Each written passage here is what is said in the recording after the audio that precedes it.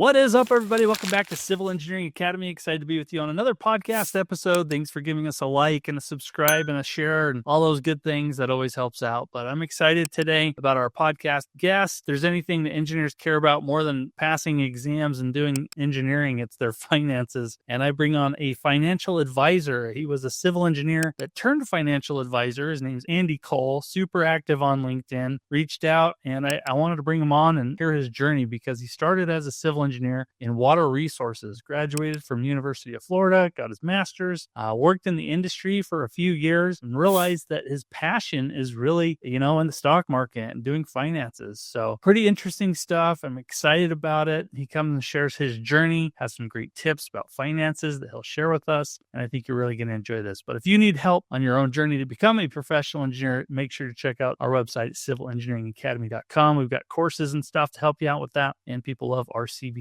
exam simulator. So without further ado, though, I'm going to shut up. Let's get to my interview with Andy. It's a good one. I think you're really going to enjoy this, and he's got a sweet journey. So we'll see you in a minute. All right, we're rocking and rolling. Andy, thank you for joining me on the Civil Engineering Academy podcast. I appreciate you doing this with me. Happy to be here. Thank you so much for the invitation. Yeah, I'm excited to talk to you about this stuff. So finances and engineering, I think they go together well. Civil engineers are always worried about their finances. It's frankly, they start a career in civil engineering because it seems to be a good career path to earn an income. So we're excited to bring you on and kind of talk about all things finance. But maybe to kick this off, could you share a little bit about your own background? I know you were in engineering and now you do financial planning. So how did that happen? Sure. So I'm actually a third generation professional engineer. I grew up in and around civil engineering. I grew up in Southwest Florida where my dad did land development work. So lots of drainage calculations and design and things like that. And so in high school, I worked for him as an intern. I did a couple of summers of survey work out in the field. And then I loved math. I enjoyed being outdoors, and I figured what better career for me than being a civil engineer where you can kind of do a little bit of both because you're designing things that are ultimately you're going to go out into the built environment and you get to go out and see those things that you design. And so I went into college, pursued a civil engineering degree with really nothing else in mind. Like it seemed like it was the perfect fit. I didn't feel like I was forced into doing it by my dad. I just thought I was just born for this, and got an undergrad degree and a master's degree from University of Florida. And then in 2011, I got a job with CH2M Hill in Dallas and started to work on some really cool projects. And as I started to, get into my job, I started to understand what a benefits package was and what a 401k was, and started to figure out how can I optimize these things, right? Just like an engineer wants to optimize anything, they're going to figure out how to optimize getting the most value from these benefit packages and, investments and whatnot. And then it didn't really stop there. I figured out, well, what's a Roth IRA? What's a taxable brokerage account? How can I start learning how to trade in the stock market? How can I maybe start figuring out how to pick stocks on my own and beat the market? But ultimately got to a point where, maybe who am I to think that I can actually beat the market if I'm not doing this full time? And what are, if I'm going to just accept that I can't beat the market, what are some other ways that I could maybe invest to at least improve the efficiency of the return on my investment? So started to go down a rabbit hole of, how can I, what is diversification all about? What is the math behind diversification? And that line of thinking and research, that was probably around 2017 or 2018 when I started to really get into asking those types of questions. And around that same time, my dad started to ask me a lot of questions about finance. We would go on backpacking trips and he wouldn't be able to shut me up because I was talking about all that kind of stuff. And once he realized that I knew what I was talking about, he would ask me to look at his 401k. And so I would, take a look at it and make some recommendations on things he may want to do differently. And I felt like, I was able to help him a lot, and I got a lot of fulfillment out of helping him answer his questions. And I was like, well, he's an engineer, and I think he's a pretty reasonably intelligent person. Surely there's plenty of other engineers that they don't know what they could be doing more efficiently. And so that was kind of an aha moment for me of, I really enjoyed this content, like the passion I had in the technical aspects of finances, investing in financial planning, was starting to exceed my passion for my day job. Nothing was wrong with my day job. I enjoyed the work I was doing just fine. But this other thing was just starting to far exceed it, right? It's like I would get the magazines, like the different trade publications from engineering, and I would get those and I would just throw them on my desk, and I would never read them. I wasn't interested in reading them. But meanwhile, nights and weekends, I'm reading white papers about investing. And even to this day, it's my day job now, and I'm still nerding out on nights and weekends about this thing because I'm just so passionate about that. And it's like, well, something's wrong here when there's this other thing. I'm like, if I was really passionate about engineering, I would be reading those, AWWA magazines, that are just sitting on my desk collecting dust. And if I'm not, then that's telling me something, right? That my passion is not aligned correctly. And so I had this passion for the work. I had this fulfillment that I got from helping somebody else, improve their finances. And then, fortunately, it's a route that I could take that still could be financially rewarding. One of my other passions is photography. You can see right here, I love taking pictures, but it wasn't necessarily going to be a good way to support my family necessarily. There are some photographers that do fine financially, but that would have been a much harder trajectory to pursue. So anyway, so that around 2018, 2019, I thought, okay, I'm going to make this shift. And then kind of 2019, 2020, I started to take the steps necessary to make it happen. And I launched a financial advisory firm in 2020 called Laminar Capital Management. And then a year or two into it, there were just certain aspects of operating the business that were just such a drain on me. It's like I'm making this shift in career to do something I'm more passionate about. But now there's all these aspects of running this business that are draining. So a couple of years into it, I realized that I was just exchanging one set of problems for another set of problems. And so I met a group called Fiduciary Financial Advisors at a conference, and got to know them a little bit. And they set up their business to support advisors just like me. That, I have a passion for doing this type of work, and I want to do this work for clients. And I don't mind going out and doing the work to find clients and to provide the service to clients, but I really don't want to have to do paperwork. I don't want to have to worry about documenting compliance or doing billing and things like that.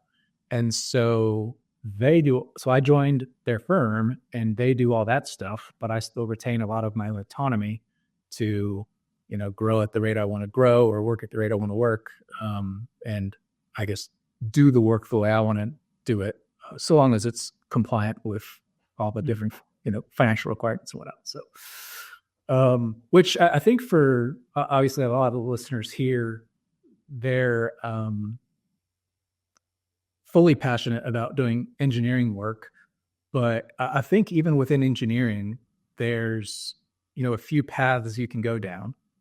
And everybody really starts on the technical path. You get hired on as an EI and you're doing the technical work, or you're, under the tutelage of a mentor and doing the technical work. For me, day one, it's here's your blue pencil, here's your red pencil, here's your green pencil. And these are the colors that we use to mark up the drawings to give to CAD.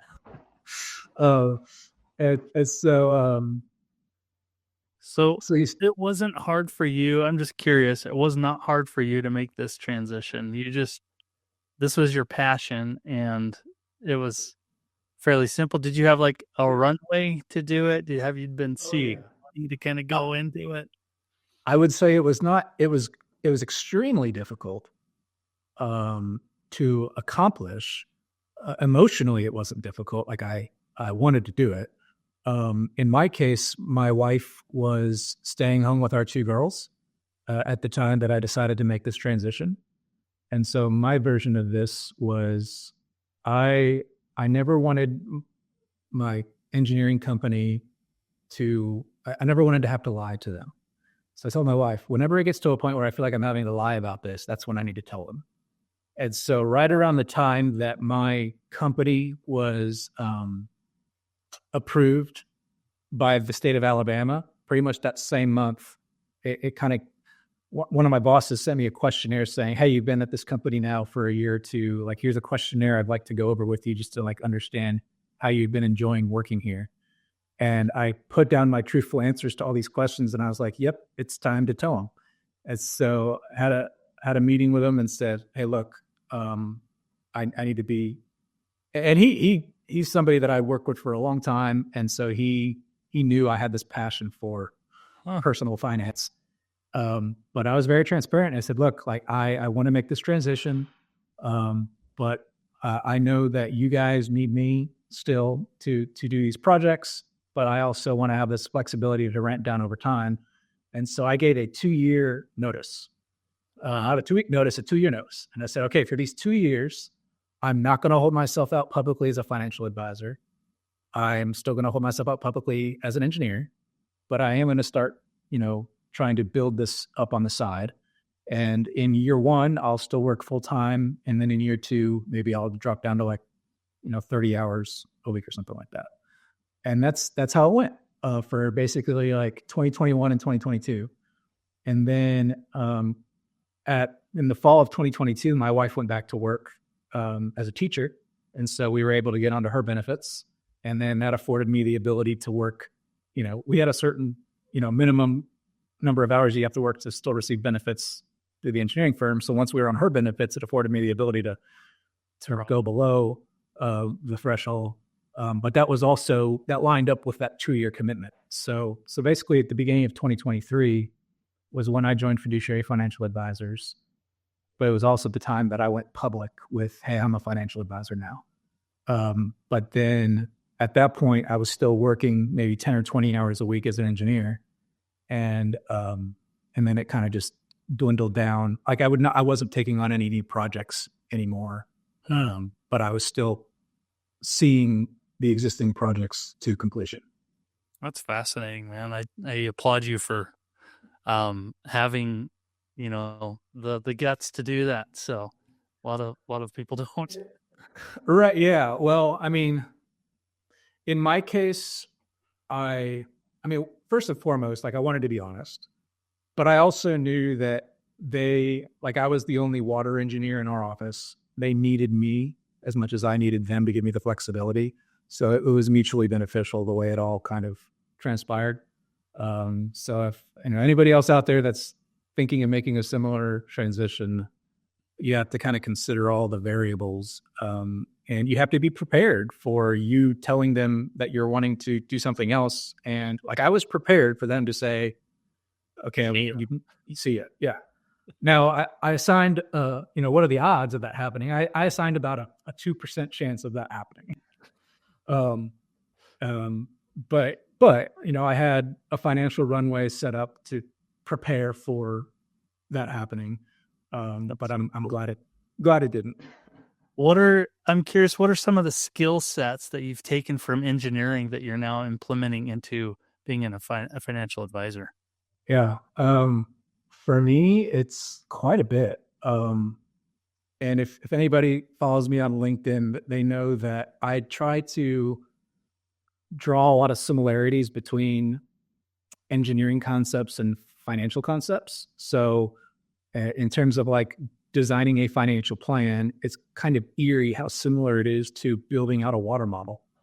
And so, if you think about just a water distribution system. You've got let's say your water treatment plant, you've got high service pumps on the back end of the water treatment plant pushing the water into the system. So those pumps it's like your cash flow, right? It's your job, it's your income. And you have a certain demand in the system that you're trying to meet, right? And so you need enough supply to meet that demand. But in the case of like your personal finances, at some point, this supply, this cash flow, you don't want to have to depend on it anymore. You don't want to have to work. You're going to have maybe some Social Security, which are smaller pumps. But at some point, you're going to get to a point where you don't have enough supply to meet your demand. And so where are you going to get the rest of the cash flow from to offset that demand? Well, you need to have some reservoir that you're saving up for that future, right? When these pumps aren't meeting your demand anymore. And then, yeah. So there's lots of other aspects to it, but in a nutshell, and then even like you've got your reservoir, but then you've got like your local storage tank, maybe just for like, your neighborhood or a couple, like that's like your emergency fund. It's not like a huge reservoir, but it's enough that like if pumps go down for a little while, you've got enough in that little storage tank to last you for a while. So that's a lot of analogies. I bet everyone can relate to those in this background. Yeah, so that's kind of the financial planning side of things. And then on the investing side, I like to think that pretty much any asset, like whether it's stocks or bonds or a commodity, there are certain forces that push and pull against assets over time. And it ultimately comes down to what are changes in assumptions to economic growth and inflation. So like a stock, for instance, if you got, let's see, like this is your portfolio, right? It's a free body diagram, right? Nice. And if it's moving through time, like it's moving along the x-axis, let's see, is this up and to the right to you, or is that? Yes. Okay. And so it's moving through time like that, and you want it to go up and to the right as it goes, and you want it to grow over time.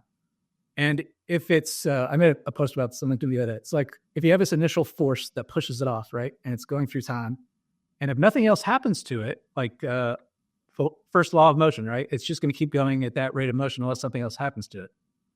And so the other forces acting on it are basically changes to economic growth and inflation. So like if this is a stock portfolio and it's going up and to the right over time, and all of a sudden the COVID happens, right? Well, what happened during COVID? The whole world shuts down. And so the assumptions about future economic growth kind of go down with it. And so people think, hey, in the foreseeable future, companies are not going to be as profitable because of the whole world shutting down. Therefore, I might sell my stocks because of that. And so it's like a force that pushes down on your portfolio. Or, but then you had the government step in and lower interest rates. They also supplied a lot of money to the system. And we had the vaccine, right? And then the whole world opens back up again. And then that turns it all around. It's like, well, hey, we had all of these really bad assumptions now baked into the price of the stocks. But now things turned around really quickly. And then that's going to be a force that basically like pushes it back up faster, right? And so you've got these forces that just keep acting on a portfolio over time. And so it's like, how can you blend assets together to maybe try to balance out these forces? So yeah, to summarize, like your question is just this idea of a free body diagram and forces is something that I took from engineering world into the financial. Yeah, that's awesome. I think you got a lot of great analogies that we all relate to, especially if you're a civil engineer. Yeah. I'm kind of trying to put myself in a civil engineer's mindset and just kind of curious. Now that you're a financial planner, a lot of engineers, they have a 401k. Why would they want a financial planner to help them if they feel like, hey, I can just sock away my money into, let's say, Vanguard or whatever else and my 401k, and I really don't need a planner to help me get there, and they charge way less in terms of fees. What would you say to kind of them? So I think the first thing to understand is there's a difference between investment management and financial planning. And a lot of people that have this mindset are really only thinking about investment management. Like, why do I need to go pay somebody 1% per year to put me in these stock funds that I can just go buy in my 401k or go open up an IRA or brokerage account and go buy these shares of this thing? That's pretty commoditized at this point. If you rewind 30 years, you didn't have the internet to go open up an account like this. You had to go to a stockbroker to get, like, they were the gatekeepers to investing, right? And so I think a lot of people are still thinking of financial advisors in that way, that they are like, why do I need to go through that gatekeeper to go get that fund when I can just go get it by myself at a very low cost? But then what they're not considering is, what are all the other things that a financial planner could do? And so in my mind, it's like financial advisor is kind of the big generic term.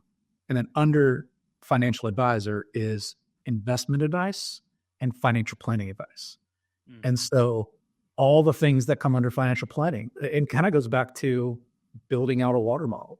If I was a water utility, if I have the time and the technical expertise to build out a water model in-house and calibrate that model over time to show my stakeholders that we are building correctly for the future needs of our customers, then I wouldn't need to go hire a consultant. But the reason that all these consulting firms exist is because more often than not, that utility doesn't have either the time or the expertise or the desire to learn the software or learn all the ins and outs of water modeling. So they hire the consultant instead. And so the consultant will come in and they will build out the water model. They will work with the utility to understand what are all the assumptions we need to make about your current situation and also your future, projections of what your needs might be. And then work to collaborate together to build out a water model that not only represents current state, but also the future state. And how can we, make the decisions to build out our infrastructure over time. And they might hire that consultant just for a one-time build out of the model. And then once it's built out, they feel like they're confident enough to keep the model updated and calibrated over time. Or they might want to keep that consultant on board in perpetuity and meet with them on a regular basis to make sure that the model always stays calibrated and make sure that they're always continually making the right decisions about how to grow their infrastructure. And so I think that's the best way for an engineer to kind of understand that difference. I think maybe another question an engineer might have is, like, you're one guy that does financial planning. Let's say you've got, do you put a cap on how many clients you're going to help, in terms of, like, a lot of engineers may be thinking, how can I get one-on-one support with my finances if you're one guy and you're trying to, build some sort of client base, but how do I know I'm getting that kind of attention? Yeah.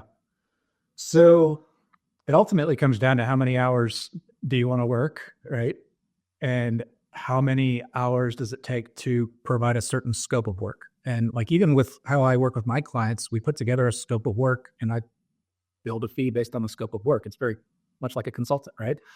And so if some financial advisors are still very transaction based, like they are helping you get a certain blend of investments and they're your investment person, right? And if that is how they operate and that's the scope of service, they have a lot more capacity. They could have maybe a couple hundred clients because they're really just providing access to a product. But if you have a financial advisor that is going to be meeting several times a year to calibrate a financial model and spend 10 or 15 hours a year with each particular client, well, that is then going to, determine that maybe they can only have a capacity of 75 or 100 clients, or, depends on how much they want to work and how much support they have behind them. That makes sense. What are some common mistakes that you're seeing right now that engineers are making with their finances?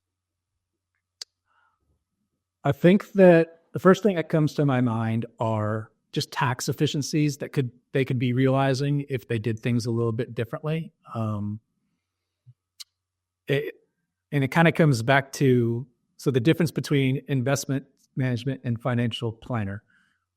Engineers might not go hire a financial advisor because they think, well, I don't need them to put me in these funds. And so therefore they just don't know what they don't know of, certain strategies they could be implementing to save on taxes. Now, it's possible that there might not be any additional tax savings that you could realize, but especially for people that are maybe charitably inclined, or like I can't tell you, like there's a lot of people that maybe contribute to a 401k, but they're not contributing to a health savings account or a Roth IRA, and they're just stashing money away in like a money market account or taxable brokerage account. Like how much more tax efficient over time would it be if they could get more dollars into tax advantage space? So that's one thing, is just where the dollars go and how the dollars can be in a more tax advantage space.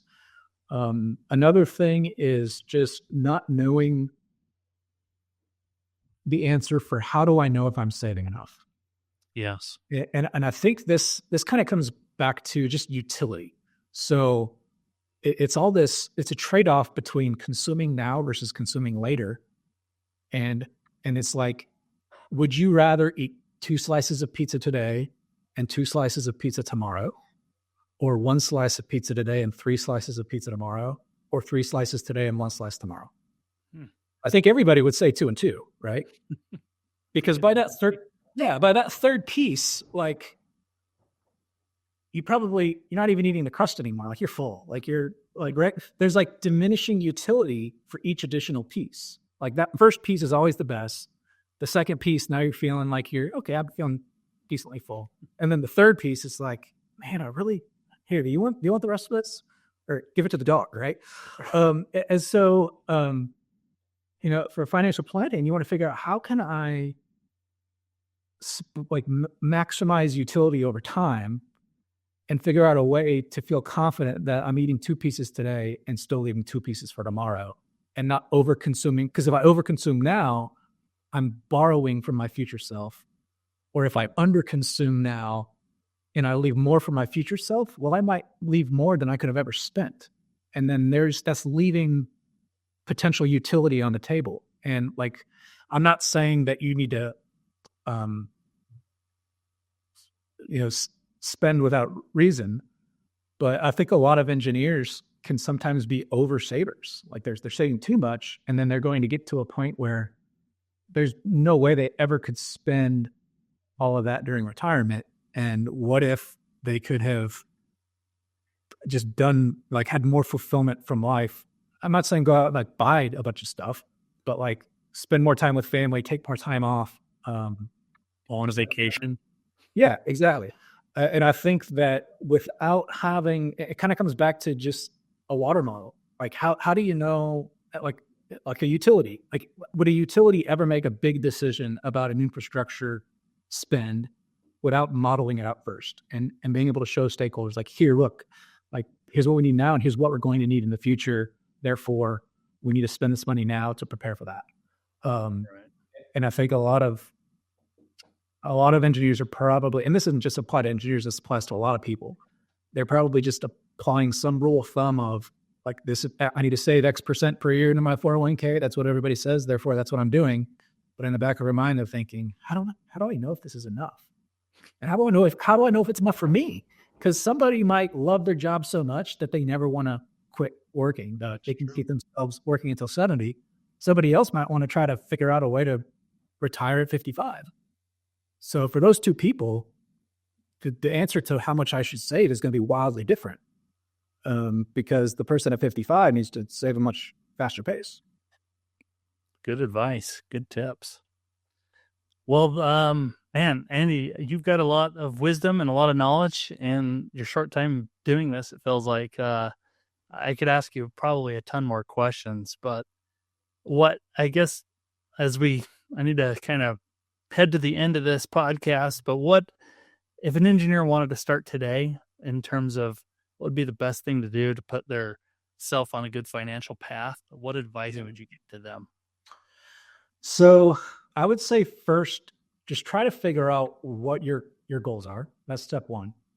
And then once you know what your goals are, you can start to figure out the best way to accomplish that goal. So if my goal is I want to save for a down payment for a house and I want to do that in 5 years, or my goal is I want to try to retire early, or not necessarily retire, but just get to a point of financial independence, by like age 55 or something.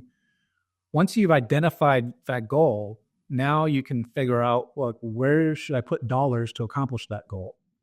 And that is both, in terms of how to, from a tax perspective, a shorter term goal, well, you probably don't want to put it in a tax advantaged account, but a longer term goal you would, right?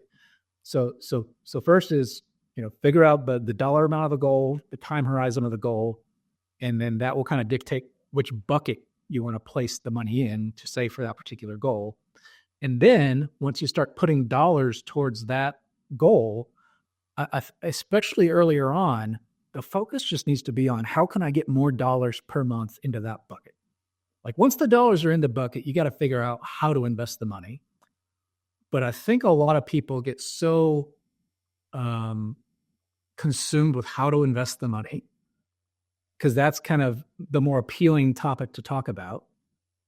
But especially for shorter term goals, like you really don't want to do anything too exotic if it's a goal that's only a few years away, because like you don't want a bunch of volatility. Like a lot of the times for shorter term goals, like you just want to probably put it in a very stable money market type account, because like you don't want the volatility if it's just a couple of years away.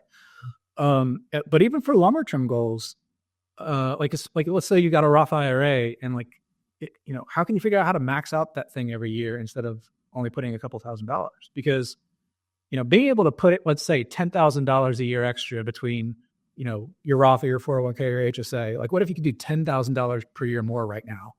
And compare that to, let's say you had $100,000 saved for retirement right now, and you figured out a way to invest to where you can maybe earn an extra 1% per year over time. Well, right now, like over time, 1% per year, like makes a big difference. But right now, when you're earlier on, figuring out a way to save $10,000 extra a year versus a 1% difference on a $100,000 account, that's $10,000 versus $1,000, right? So earlier on, how you invest doesn't really move the needle a whole lot, or it doesn't move nearly as much as just how are you figuring out how to get the right, just the right practices in place for like having a good budget, having good savings rate. Because if you can do that earlier on, then you can really set yourself up well for the future. Whereas if you are, spending every dollar that you make and are trying to find a way just to like max out your company match, like you're never going to, not that you're never going to get there, but it's going to be so much harder for you just behaviorally to ever get ahead. So like early on, before you start to really grow a family or get into a bigger house or anything like that, like try to really hone in your budget early on and get a good savings rate going on. And then always try to maintain that into the future. Because once you're playing from behind, it's really hard to catch up. It's hard for sure. Well, Andy, thank you for sharing all this information. If people have questions, they want to connect with you, give us a little bit of information on how they could connect with you if they're looking for some financial advice, and what's the best way to do that? Yeah, I'd say, first of all, if you're on LinkedIn, I'm Andy Cole, PE. I guess if you search that, you could probably find me. Just be PE turned financial advisor. And I'm pretty active there. You could follow along with my content that I post and send me a message on there if you want. But you can also reach me via email at andy@ffadvisor.com. Perfect. Okay. Well, this has been super insightful. I think engineers just have a natural tendency to get into finances as they're starting their careers or well into it. So Andy's there to help. We'll go ahead and link all those resources, website and such in our show notes. And Andy, thanks for jumping on and sharing your wisdom with us. My pleasure. Thanks, Isaac. All right. See ya. See ya.